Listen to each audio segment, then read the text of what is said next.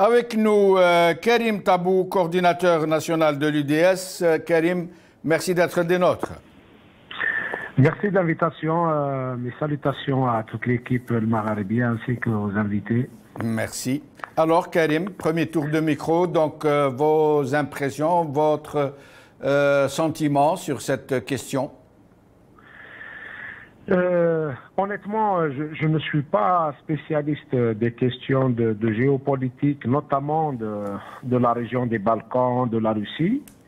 Mais je vais essayer de donner quelques éléments par lesquels je vois personnellement ce conflit. D'abord, c'est un conflit qui montre bien que dans ce monde, d'une manière générale, rien n'est figé, tout bouge, l'histoire bouge, la géographie bouge, et il n'y a plus de place au fait que des États ou des régimes restent figés dans ce monde. Et puis également, le monde d'aujourd'hui, il a ses caractéristiques, il a ses institutions, et toute l'humanité est mise à l'épreuve, notamment les institutions que ce monde s'était données pour essayer de maintenir un minimum d'équilibre. Et aujourd'hui, ces institutions sont sérieusement mises à rude épreuve. Le commun des mortels, les citoyens du monde, les États, peut-être auraient préféré qu'après une grave crise du Covid, puissent ouvrir la porte à des jours cléments, à des relations clémentes. Hélas, la géopolitique, elle a ses règles. Les États, ils ont leurs intérêts. Les relations internationales fonctionnent selon des allures qui sont les allures actuelles. Il est quand même regrettable sur deux plans au moins. Le premier est que ce genre de conflit crée une psychose généralisée, une peur généralisée, parce que les conflits sont liés les uns aux autres. Vous ne pouvez pas imaginer un quelconque conflit aujourd'hui dans le monde qui est devenu un ensemble de relations, un ensemble d'intérêts, un ensemble d'alliances, etc. Vous ne pouvez pas imaginer un conflit qui se passe même à des milliers de kilomètres, sans que ces conflits aient des retombées directes sur la vie de tous les jours des uns comme des autres. Et puis le deuxième élément qui relève des regrets de ce qui se passe dans ce monde d'aujourd'hui, c'est qu'il y a, d'une manière claire, un recul de la communauté des valeurs, de la communauté des valeurs humaines, au profit de quoi? Au profit d'une logique. S'il n'est pas économique, il est une logique de guerre. Et d'ailleurs, quand la guerre est là, c'est que les voies diplomatiques, les voies du dialogue, les voies de l'intelligence sont bouchées. Et là, ça va provoquer des situations d'avenir qui vont encore aiguiser des conflits partout dans le monde. Bien sûr, j'ai bien écouté et j'apprécie bien l'intervention d'Eidir, c'est que effectivement le fait qu'on a encore une fois remis sur la table les anciens clivages, les clivages Est-Ouest et les clivages de la Russie d'un côté contre l'Europe, mais également contre les États-Unis d'une manière générale, ça, c'est comme si l'humanité a fait un effort colossal pour aller de l'avant, et voilà, pour des raisons liées à la géopolitique, aux intérêts, on est remis aux années des clivages, aux années de la nécessité de choisir son camp. Et là, on a bien vu que même dans notre région, au niveau du Maghreb, à défaut de mettre en place une intégration régionale capable de protéger les peuples de cette région économiquement, socialement, et voilà, nous allons être contraints, d'une certaine manière, à choisir son camp. Et dans certains cas, et c'est ça le malheur qui arrive aux plus faibles, aux gens qui ne sont pas armés, entre guillemets, pas armés par les armes, mais armés par le savoir, par la capacité des États à faire la prospective, à essayer de déterminer des stratégies de long terme. Karim Tabou, sur un plan des répercussions immédiates, si la situation perdure, le baril de pétrole a dépassé déjà le plafond de $100 et beaucoup d'observateurs pensent que si ça perdure encore 3-4 jours, il pourrait très bien atteindre les 130 à $140. Et donc, forcément, des impacts directs considérables sur les pays producteurs, dont l'Algérie, bien sûr. En tout cas, sur ce conflit, avant de vous répondre sur cette question précise, je pense qu'il est incomplet de considérer que tout ça vient d'un plan de Poutine. C'est-à-dire considérer que tout ce qui se passe est lié au fait que Poutine est une projection, c'est manquer une partie du conflit. Parce que Poutine défend des intérêts et les autres viennent chercher ces intérêts aux frontières de la Russie, bien sûr, si on fait par une espèce de regard par rétroviseur, pratiquement ce conflit, c'est juste un déplacement territorial. C'était le même conflit qu'il y a eu en Afghanistan, c'était les mêmes conflits qui se passent dans beaucoup de territoires. Ce n'est pas seulement, c'est vrai qu'il y a des raisons liées aux questions linguistiques, aux questions de frontières, aux questions de Tarkib al-Ijtimaïya, la sociologie des populations de la zone, mais je pense que le conflit dépasse le cadre local. D'autant plus que dans le monde, il y a des accords qui sont écrits, mais il y a également des ententes qui pratiquement font office d'accord, mais qui ne sont jamais écrits. Je m'explique. Sur spécialement la question de l'Ukraine, il y a eu par le passé un accord qui n'est pas écrit, que l'Ukraine n'intègre pas l'OTAN.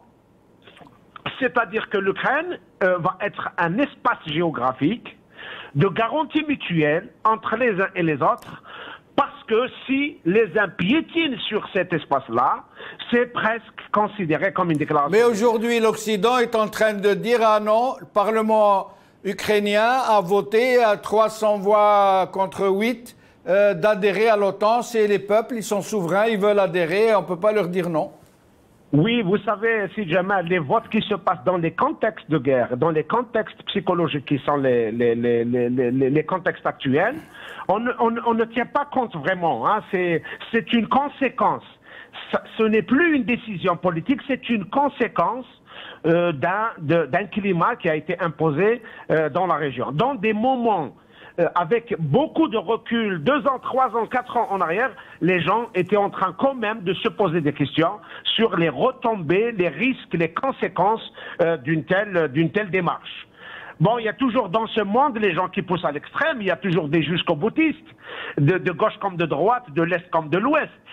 Donc aujourd'hui, ce conflit aura, peut-être on n'a pas aujourd'hui les instruments fiables, les mécanismes par lesquels nous pouvons évaluer les retombées, puisque vous avez évoqué la question du pétrole.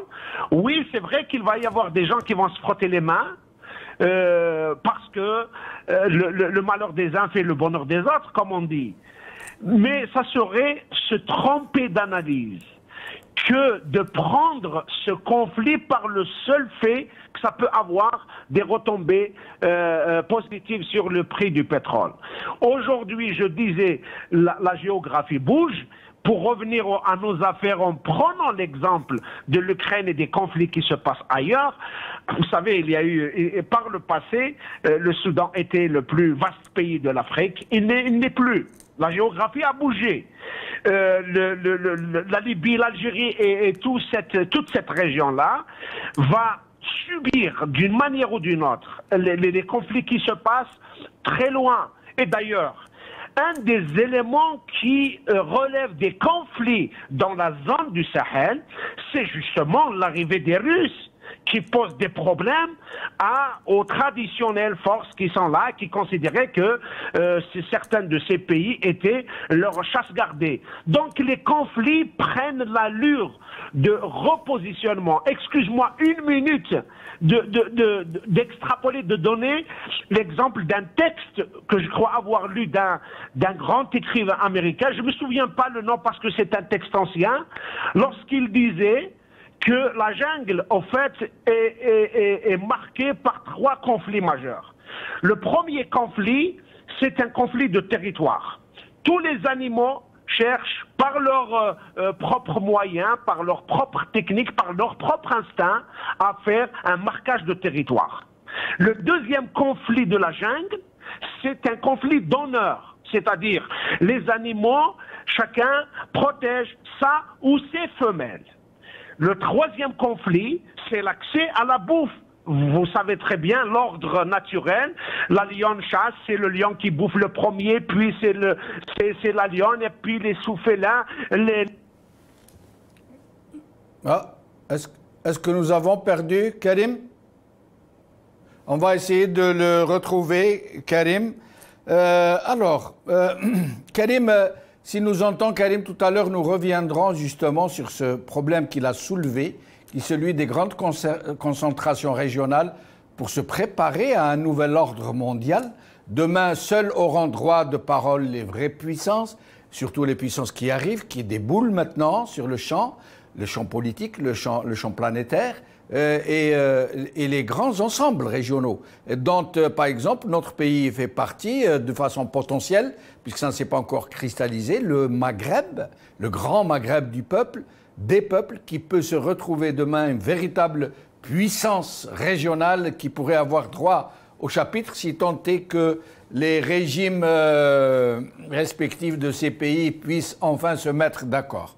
Alors, Karim Tabou, vous parliez tout à l'heure de ces grands rassemblements géographiques, idéologiques, économiques, pour faire face au nouvel ordre mondial qui se dessine.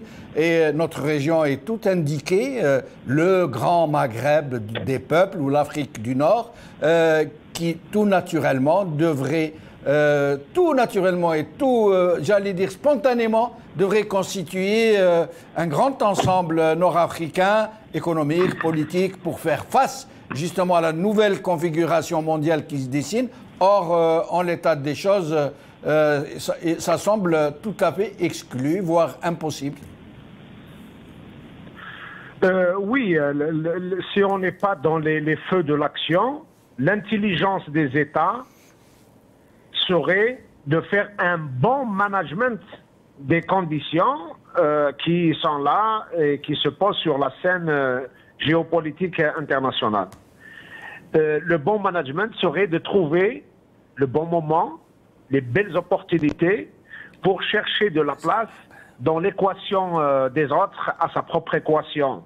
Ça, c'est d'une manière générale, quand nous avons des régimes, des pouvoirs qui réfléchissent dans la perspective de placer l'intérêt des nations, l'intérêt des peuples au centre de ce qui se passe dans le monde. Ce n'est pas le cas. Nous, je ne sais pas à quel moment j'ai été coupé tout à l'heure.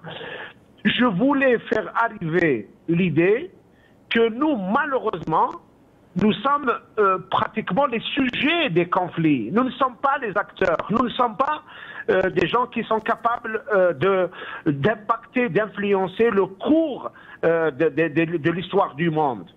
Et malheureusement, l'idée même de l'intégration maghrébine qui aurait pu constituer un ensemble économique, un ensemble militaire, un ensemble politique, un ensemble commercial, malheureusement, il a été doublement mis en échec par les régimes en place qui continuent de nourrir les conflits à l'effet d'embrigader les peuples et d'empêcher les peuples de toute émancipation. Et puis il y a également un autre facteur qui est le facteur extérieur. Je ne pense pas que les éléments extérieurs, les puissances extérieures laisseraient se construire un ensemble dans une zone stratégique comme le Maghreb entre ces pays, et c'est pour cette raison que les conflits sont aiguisés, les tensions sont aiguisées, les contradictions sont aiguisées, et il y a beaucoup d'acteurs dans la région. Il n'y a pas qu'un seul acteur, c'est ce qui explique également pourquoi les retombées assez souvent s'en néfastes sur nous.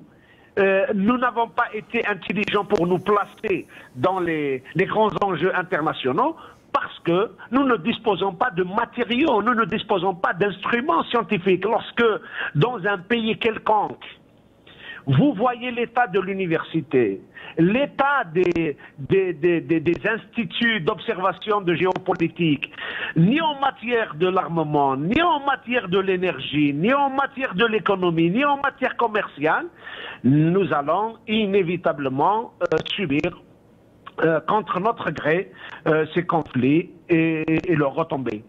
Malheureusement, les pays du Maghreb sont actuellement doublement otages des régimes d'abord, de dictature, mais également des régimes qui sont le bras long des puissances occidentales, puisque dans la région, osant le dire, la main étrangère, c'est les régimes. Ce n'est pas les peuples, ce n'est pas les citoyens. La main étrangère, c'est les régimes. Oui.